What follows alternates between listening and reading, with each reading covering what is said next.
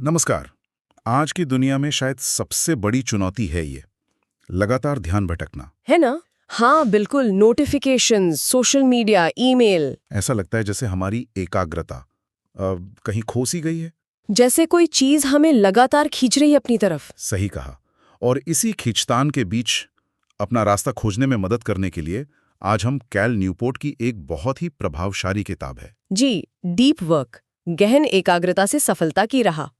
इसके मुख्य विचारों को आज हम खंगालेंगे। हाँ, हमारे पास किताब के कुछ मुख्य अंश है, कुछ नोट्स भी हैं। जी, तो आज का हमारा इरादा बिल्कुल साफ है, ये समझना कि ये डीप वर्क मतलब गहन काम आखिर है क्या चीज। और ये आज के दौर में एक सुपर पावर जैसा क्यों है। हाँ, और सबसे जरूरी, इसे अपनी रोजमर्रा की जिंदगी में उतारा कैसे जा सकता है। तो चलिए इस पर गहराई से बात करते हैं। शुरुआत करते हैं सबसे बुनियादी सवाल से।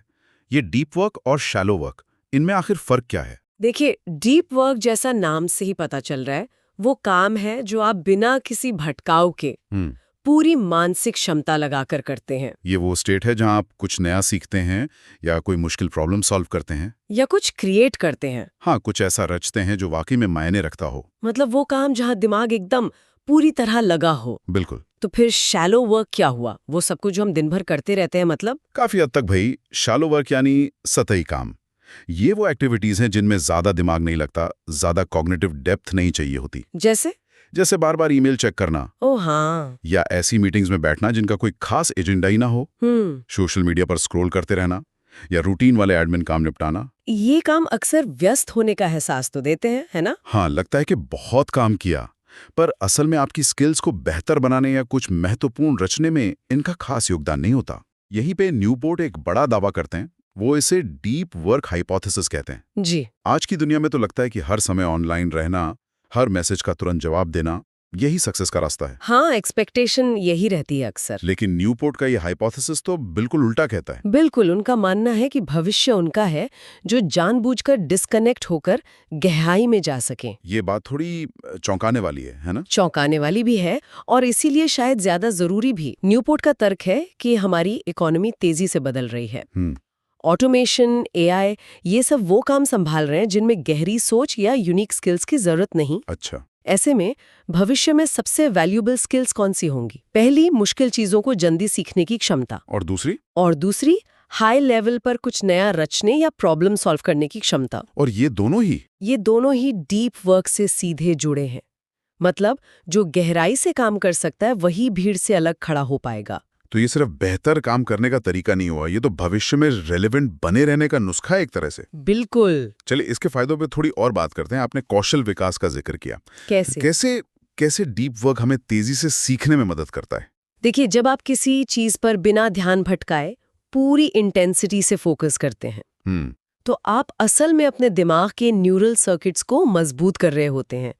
एक प्रोसेस होता है माइलिनेशन। हाँ, आसान भाषा में कहें तो जैसे नर्व फाइबर्स पर इंसुलेशन की परत चढ़ती है जिससे सिग्नल तेज और क्लियर होते हैं। अच्छा। तो एकाग्रता आपके दिमाग को जानकारी बेहतर ढंग से प्रोसेस करने और याद रखने में मदद करती है। शैलो वर्क में आप बस सतह पर तैरते लेते हैं, कभी गहराई में गोता नहीं लगाते। समझ गया।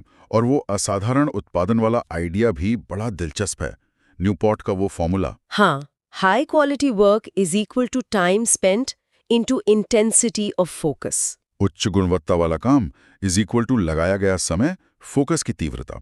सुनने में सरल है पर इसका मतलब गहरा है। बहुत गहरा। मतलब सिर्फ घंटों तक बैठे रहना काफी नहीं है। हाँ। सोचिए, 2 लोग एक ही प्रोजेक्ट पर 8 घंटे लगा सकते हैं। ठीक है। लेकिन अगर एक ने उन 8 घंटों में से मान लीजिए 4 घंटे एकदम गहरे फोकस के साथ काम किया और जबकि दूसरा लगातार ईमेल, नोटिफिकेशंस, इन सब से जूझता रहा, तो जाहिर है पहले वाले का आउटपुट न सिर्फ ज्यादा होगा बल्कि उसकी क्वालिटी भी कहीं बेहतर होगी। तो डीप वर्क आपको कम समय में ज्यादा वैल्यूएबल काम करने की ताकत देता है। बिल्कुल। और ये बात सिर्फ दफ्तर या पढ़ाई तक ही सीमित नहीं लगती। न्यूपोर्ट इसे जीवन में गहरी संतुष्टि से भी जोड़ते हैं। हाँ, और ये पहलू अक्सर हम नजरअंदाज कर देते हैं। कैसे? सोचिए, जब आप किसी मुश्किल काम में पूरी तरह डूब जाते हैं, अपनी क्षमताओं को चैलेंज करते हैं और उसमें धीरे धीरे प्रगति करते हैं, हाँ। तो उससे जो एक संतुष्टि मिलती है वो कहीं ज्यादा गहरी और स्थायी होती है। ये उस मोमेंट्री एक्साइटमेंट से बिल्कुल अलग है जो सोशल मीडिया की एक लाइक या एक ईमेल नोटिफिकेशन से मिलती है। सही बात है। न्यूपोर्ट के अनुसार डीप वर्क हमारे जीवन को एक सार्थकता का एहसास देता है, क्योंकि हम अपनी एनर्जी उन चीजों में लगा रहे होते हैं जो वास्तव में मायने रखती हैं। ये सब सुनने में बहुत अच्छा लगता है, लेकिन सवाल वही है कि आज की इस भाग-दौड़ और भटकाव वाली दुनिया में ये डीप वर्क किया कैसे जाए? मुश्किल तो लगता है। हाँ, बहुत मुश्किल। किताब में इसके लिए 4 नियम बताए गए हैं। पहले नियम से शुरू करते हैं। गहराई से काम करें, वर्क डीपली। हाँ, तो पहला नियम यही कहता है कि डीप वर्क सिर्फ इच्छा शक्ति या विल पावर का खेल नहीं है। अच्छा। आप ये नहीं सोच सकते कि चलो आज मैं फोकस करूंगा और बस हो जाएगा। नहीं। तो फिर? इसके लिए आपको एक स्ट्रक्चर बनाना होगा, रस्में यानी रिचुअल्स और दिनचर्या यानी रूटीन्स डेवलप करनी होंगी। मतलब साफ तौर पे तय करना होगा कि आप कब डीप वर्क करेंगे, टाइमिंग, कहाँ करेंगे, जगह और किन परिस्थितियों में करेंगे, माहौल कैसा होगा, लैपटॉप, किताबें, शांति, ये सब। मतलब एक तरह का अपॉइंटमेंट अपने साथ, अपने सबसे जरूरी काम के लिए। हाँ बिल्कुल, जैसे रोज सुबह 9 से 11 स्टडी रूम में, दरवाजा बंद, फोन साइलेंट पर या दूसरे कमरे में। सिर्फ लैपटॉप पर जरूरी सॉफ्टवेयर खुला हो। ओके। ये तय माहौल आपके दिमाग को ट्रेन करता है, उसे सिग्नल देता है कि भाई अब बाहरी दुनिया से कटकर अंदरूनी काम पर फोकस करने का टाइम है। और किताब में न्यूपोर्ट अलग-अलग लाइफस्टाइल के लिए 4 मॉडल भी सुझाते हैं। हाँ, क्योंकि हर किसी के लिए एक ही तरीका काम नहीं करता ना। सही है। वो 4 दृष्टिकोण। एक है मठवासी, मोनास्टिक। ये तो शायद सबसे एक्सट्रीम है। हाँ, इसमें व्यक्ति लगभग पूरी तरह खुद को डिस्ट्रैक्शन से काट लेता है, जैसे कोई साधु या कोई बहुत गंभीर रिसर्चर। फिर एक है द्वि मॉडल। जी, इसमें समय को साफ साफ बांटा जाता है। कुछ दिन या हफ्ते पूरी तरह डीप वर्क के लिए रिजर्व्ड, और बाकी समय दूसरे कामों के लिए, शैलो वर्क या मीटिंग्स वगैरह के लिए। तीसरा, लयबद्ध तरीका। ये शायद ज्यादातर लोगों के लिए अपनाने लायक है। हाँ, मुझे भी यही लगता है। इसमें रोजाना एक फिक्स टाइम, जैसे सुबह के पहले कुछ घंटे, 9 से 12 मान ले। हाँ, या जो भी सूट करे, वो समय डीप वर्क के लिए तय कर दिया जाता है। ये एक आदत बन जाती है, जैसे रोज एक्सरसाइज करना।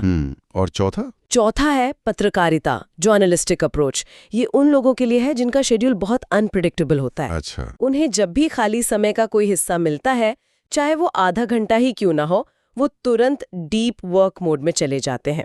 इसमें तो जबरदस्त मानसिक अनुशासन चाहिए होगा। बहुत ज्यादा। तो मतलब मुद्दा ये है कि कोई एक सही तरीका नहीं है, अपने लिए एक सिस्टम ढूंढना होगा जो काम करे। बिल्कुल। और एक और बात, न्यूपोर्ट ग्रैंड जेस्चर की बात करते हैं। ग्रैंड जेस्चर यानी कोई बड़ा नाटकीय कदम उठाना, जैसे वो जेके रोलिंग वाला उदाहरण। हाँ, हैरी पॉटर खत्म करने के लिए होटल बुक करना। ये क्या दिखाता है? ये उस काम के प्रति आपकी असाधारण कमिटमेंट को दिखाता है। ये सिर्फ जगह बदलना नहीं है, ये आपकी मानसिकता को भी बदलता है।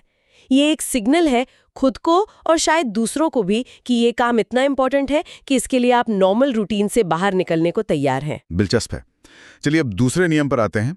ऊब को अपनाएं। Embrace boredom. हाँ, ये सुनने में बड़ा अजीब लगता है। हाँ, हमारी तो आदत है कि जैसे ही 2 पल खाली मिले, फोन हाथ में, तुरंत। इस आदत को तोड़ना तो वाकई एक चैलेंज जैसा लगता है। और न्यूपोर्ट के अनुसार यही चैलेंज, या कहें कि यही आदत, हमारे फोकस करने की क्षमता को खत्म कर रही है। कैसे? अगर हमारा दिमाग लगातार छोटी छोटी आसान उत्तेजनाओं का आदी हो जाता है, जैसे सोशल मीडिया फीड, तो वो लंबे समय तक किसी एक मुश्किल चीज पर ध्यान टिकाने की क्षमता खो देता है। जैसे ही थोड़ी बोरियत होती है, दिमाग फौरन आसान डोपामाइन हिट की तलाश में भटक जाता है। तो उपाय क्या है इसका? बोरियत में रहना सीखें। हाँ, उससे भागने की बजाय उसे सहना सीखें और अपनी एकाग्रता को एक्टिवली ट्रेन करें। कैसे? किताब कुछ तरीके सुझाती है, जैसे इंटरनेट या सोशल मीडिया इस्तेमाल करने का टाइम फिक्स करें। अच्छा। हर खाली पल में फोन चेक करने की जो तलब उठती है, उसे रोकें। जानबूझकर ऐसे पल बनाएं जब आप बिना किसी बाहरी इनपुट के सिर्फ अपने विचारों के साथ हों। जैसे ट्रैफिक में फंसे हैं तो म्यूजिक सुनने या फोन देखने की बजाय बस आसपास देखें या कुछ सोचें। बिल्कुल। या फिर प्रोडक्टिव मेडिटेशन का अभ्यास करें। प्रोडक्टिव मेडिटेशन, ये क्या है? जब आप कोई ऐसा फिजिकल काम कर रहे हो जिसमें दिमाग ज्यादा ना लगे, जैसे टहलना, जॉगिंग करना या सफर करना, तब किसी एक मुश्किल प्रोफेशनल या पर्सनल प्रॉब्लम पर लगातार सोचने की कोशिश करें। ध्यान भटके तो वापस उसी प्रॉब्लम पर लाएं। अच्छा। ये फोकस मसल्स को मजबूत करने जैसा हुआ। बिल्कुल। साथ ही इंटरनेट का इस्तेमाल शेड्यूल करना भी बहुत कारगर हो सकता है। मतलब दिन के कुछ फिक्स्ड टाइम ही ऑनलाइन जाना। यहाँ एक बहुत महत्वपूर्ण बात समझ आ रही है। शायद असली स्किल ध्यान भटकाने वाली चीजों से पूरी तरह बचना नहीं है, हाँ, बल्कि भटकाव के बावजूद अपना ध्यान वापस खींचकर लाने और बनाए रखने की क्षमता डेवलप करना है। एकदम सही कहा आपने। फोकस एक प्रैक्टिस है, कोई परमानेंट स्टेट नहीं। तीसरा नियम, ये शायद आज के दौर में सबसे ज्यादा बहस छिड़ने वाला है। सोशल मीडिया छोड़ें, क्विट सोशल मीडिया। हाँ, ये काफी रैडिकल लगता है कई लोगों को। बहुत बड़ा कदम लगता है, खासकर जब नेटवर्किंग और जानकारी के लिए ये इतने जरूरी माने जाते हैं। क्या न्यूपोर्ट का मतलब है कि हम सब डिजिटल सन्यासी बन जाएं? नहीं नहीं, उनका नजरिया इससे ज्यादा न्यूआंस्ड है, मतलब सूक्ष्म है। वो हर टेक्नोलॉजी को बुरा नहीं कहते। तो फिर वो एक प्रैक्टिकल फिल्टर लगाने की सलाह देते हैं। इसे वो क्राफ्ट्समैन अप्रोच कहते हैं। क्राफ्ट्समैन अप्रोच, कारीगर वाला तरीका। किसी भी डिजिटल टूल को, फेसबुक, ट्विटर, लिंक्डइन, कुछ भी अपनी जिंदगी में जगह देने से पहले खुद से एक कड़ा सवाल पूछें। क्या ये टूल मेरे उन लक्ष्यों को पाने में महत्वपूर्ण और सीधा योगदान देता है जो मेरे लिए सबसे ज्यादा मायने रखते हैं? क्या इसके फायदे इसके द्वारा लिए जा रहे मेरे समय और ध्यान की कीमत से ज्यादा है? मतलब सिर्फ इसलिए इस्तेमाल न करें क्योंकि सब करते हैं या कभी-कभी काम आ जाता है। बिल्कुल। फायदा ठोस, स्पष्ट और बड़ा होना चाहिए। जैसे एक कारीगर सिर्फ वही औजार चुनता है जो उसके काम के लिए अनिवार्य हो। लेकिन ये तय करना भी तो मुश्किल है कि कौन सा टूल वाकई महत्वपूर्ण है। इसीलिए न्यूपोर्ट 30 डेज का प्रयोग सुझाते हैं। 30 डेज का प्रयोग? हाँ, किसी ऐसे सोशल मीडिया प्लेटफॉर्म या टूल को चुनें जिसके वैल्यू को लेकर आप श्योर नहीं हैं। ठीक है। उसे 30 दिनों के लिए पूरी तरह छोड़ दें। किसी को बताएं नहीं, बस इस्तेमाल बंद कर दें। ओके, फिर 30 दिन बाद खुद से पूछें, क्या इन 30 दिनों में मेरी प्रोफेशनल या पर्सनल जिंदगी में कोई साफ नेगेटिव असर पड़ा? क्या लोगों को वाकई मेरी कमी महसूस हुई? क्या मुझे कोई जरूरी मौके गंवाने पड़े? अगर जवाब नहीं है तो शायद वो टूल आपके लिए उतना जरूरी नहीं जितना आप सोचते थे, और उसे छोड़ना आपके फोकस के लिए फायदेमंद हो सकता है। ये एक दिलचस्प तरीका है अपने डिजिटल जीवन का ऑडिट करने का। जी। अब आते हैं चौथे और आखिरी नियम पर। उथले काम को कम करें, ड्रेन द शैलोज। हाँ। इसका मतलब है कि सिर्फ डीप वर्क के लिए समय निकालना ही काफी नहीं है, शैलो वर्क को भी मैनेज करना होगा। बिल्कुल। न्यूपोर्ट का तर्क है कि शैलो वर्क न सिर्फ आपका कीमती समय खा जाता है, बल्कि ये आपकी मेंटल एनर्जी भी खत्म करता है। अगर आप दिन भर छोटी छोटी सतही चीजों में उलझे रहेंगे तो जब डीप वर्क का समय आएगा आपके पास दिमागी ताकत ही नहीं बचेगी। सही बात है। इसलिए शैलो वर्क को एक्टिवली पहचानना और कम करना भी उतना ही जरूरी है। पर शैलो वर्क से पूरी तरह बचना तो नामुमकिन सा लगता है। ईमेल का जवाब देना, टीम से बात करना, कुछ रिपोर्ट्स बनाना, ये तो करना ही पड़ता है। हाँ, बिल्कुल। लक्ष्य इसे खत्म करना नहीं है, इसे कंट्रोल करना और कम करना है। तो कैसे, क्या तरीके हैं? इसके लिए कुछ स्ट्रेटजीज हैं। एक है टाइम ब्लॉकिंग। Time blocking? हाँ, अपने दिन के हर मिनट को पहले से प्लान करना। इसमें deep work, shallow work, meetings, lunch, break सबके लिए ब्लॉक तय होते हैं। अच्छा, इससे पता चलता है कि समय कहाँ जा रहा है। हाँ, और आप शैलो वर्क को सीमित कर पाते हैं। एक और आइडिया है, फिक्स्ड शेड्यूल्ड प्रोडक्टिविटी। ये क्या है? इसका मतलब है काम खत्म करने की कोई समय सीमा तय कर लेना, जैसे शाम 5 बजे या 6 बजे। ठीक है। फिर उस समय सीमा में ही सब कुछ पूरा करने की कोशिश करना। इससे होता क्या है कि आपको निर्ममता से प्रायोरिटी तय करनी पड़ती है और फालतू कामों को ना कहना पड़ता है। बिल्कुल। इसके अलावा रोजमर्रा के लेवल पर भी बहुत कुछ किया जा सकता है ना? हाँ, जैसे हर मीटिंग का उद्देश्य पूछें। अगर जरूरी न लगे तो विनम्रता से मना करें या छोटी रखने को कहें। ईमेल का तुरंत जवाब देने वाली एक्सपेक्टेशन, हाँ, उससे खुद को और दूसरों को मुक्त करें। बैच प्रोसेसिंग अपनाएं, मतलब एक साथ कई ईमेल देखें और जवाब दें, न कि हर नोटिफिकेशन पर रिएक्ट करें। अपने मैनेजर या टीम से बात करें कि कौन सा काम वाकई कितना जरूरी है और कितना समय मांगता है। पूछें, क्या इसे टाला जा सकता है? क्या इसे किसी और को दिया जा सकता है? क्या इसे कम समय में किया जा सकता है? तो मतलब सारांश ये है कि शैलो वर्क को पहचानो, उसकी मात्रा देखो और उसे कम करने या कंट्रोल करने के तरीके खोजो। हाँ, इससे डीप वर्क के लिए अपने आप ज्यादा समय और मानसिक ऊर्जा उपलब्ध हो जाएगी।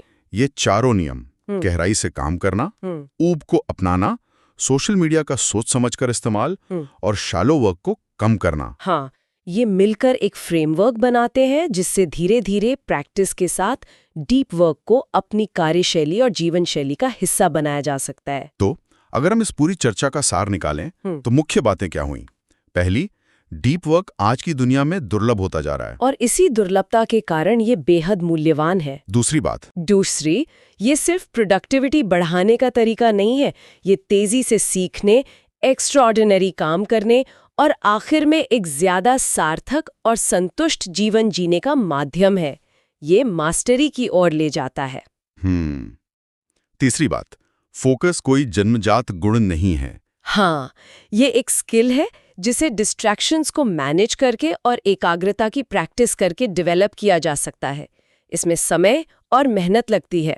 चौथी बात, शैलो वर्क हमारी जिंदगी का हिस्सा रहेगा, लेकिन उसे बेकाबू छोड़ देना खतरनाक है। उसे पहचानना, लिमिट करना और डीप वर्क को प्राथमिकता देना सीखना होगा। और शायद सबसे महत्वपूर्ण बात यह है कि डीप वर्क सिर्फ सफलता का नुस्खा नहीं है। हाँ, बल्कि यह दिखाता है कि कैसे काम के जरिए महारत और सार्थकता हासिल की जा सकती है। सही कहा।